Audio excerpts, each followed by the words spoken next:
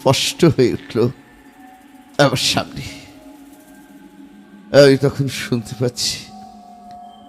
পাচ্ছি তার বাতাসে ভেসে আসা অপার্থিব কণ্ঠশ্বাস। চার্লস, চার্লস,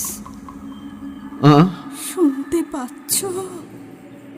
শুনতে পাচ্ছ আমার কথা? চার্লস? কে চার্লস? তুমি পূর্বজন্মে ছিলে আমার চার্লস।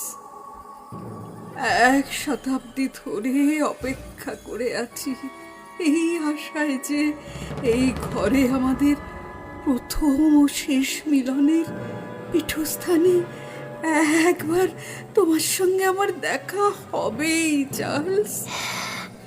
কিন্তু আমি তো কিছুই মনে করতে পারছি না। তুমি তো জন্মান্তরে প্রকৃতির নিয়মে মনে করতে পারবে না কিছুই। তুমি তো জাতিস্বর নও। এই ঘরে স্বেচ্ছাবন্দী ছিলাম আমি এতকাল। তোমাকে দেখার স্বাদ মিটল। পরশু তোমরা যতক্ষণ না চলে যাও, নিঃশব্দে প্রাণ ভরে দেখব তোমাকে। তারপর মিশে যাব আমি অনন্ত লোকে। যিশুর কাছে একটাই প্রার্থনা, পরের কোনো জন্মে যেন তোমাকে নিজের করে পাই চার্লস। অন্তত একটা জন্ম, একটা।